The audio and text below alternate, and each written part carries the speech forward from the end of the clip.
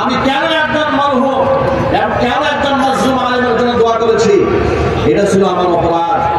এই ভর মজলিসে আলেমদের সামনে নিয়ে সাক্ষ্য রেখে বলছি, রাজনৈতিক দলের নেতা কিংবা কর্মী আমি ছিলাম না আজও, কিন্তু ইসলামিক দল যারা করে হৃদয় দিয়ে ভালোবাসি, হিতাকাঙ্ক্ষী তাদের। কারণ আমরাও চাই এদেশে ইসলাম দিয়ে সংসদ চলুক, বিচার ফয়সালা কোরআন দিয়ে হোক। এটা আপনারা চান না? কারা কারা চান? হাত দেখতে চান?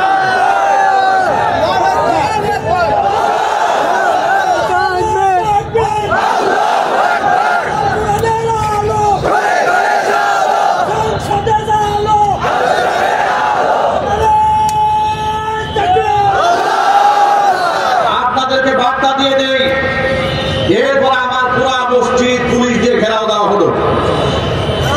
আমাকে মসজিদের এখানে অনেক প্রেজেন্ট মুসল্লি আছেন যারা সেদিন ছিলেন, স্টেজে অনেক আলেমুলামা আছেন, সেই মসজিদ কমিটির সদস্যরা এখানে আছেন।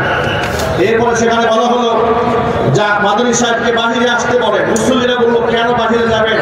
প্রশাসনের কোনো কথা থাকলে মসজিদের ভিতরে গিয়ে বলুন। সর্বশেষ চাপাচাপি এখানে আমার আর থাকা হলো না, আমি এখান থেকে চলে গেলাম। আল্লাহ পাকের ফয়সালা হলো এর থেকেও বড় মসজিদ বুধবাজার কেন্দ্র দেয় মসজিদের প্রতি আল্লাহ আমাকে বানাই দিলেন। আবার শুরু হলো কোরআন সুন্নাহর বক্তব্য দেওয়া। এই বক্তব্যের ব্যাপারে কোনো আপোষ না করার কারণে হঠাৎ করে তারা মিথ্যা মামলায় আমাকে ফাঁসিয়ে এরপর আমাকে কারারুদ্ধ করে দিল। জিজ্ঞেস করলাম কেন, কি হয়েছে? বলে সব হচ্ছে উপরের নির্দেশ। আমরা বলি তোমরা উপরের নির্দেশ বলতে মৎস্য জেলাকার লম্পটদেরকে বুঝাও, বলতে হবে, ঠিক না?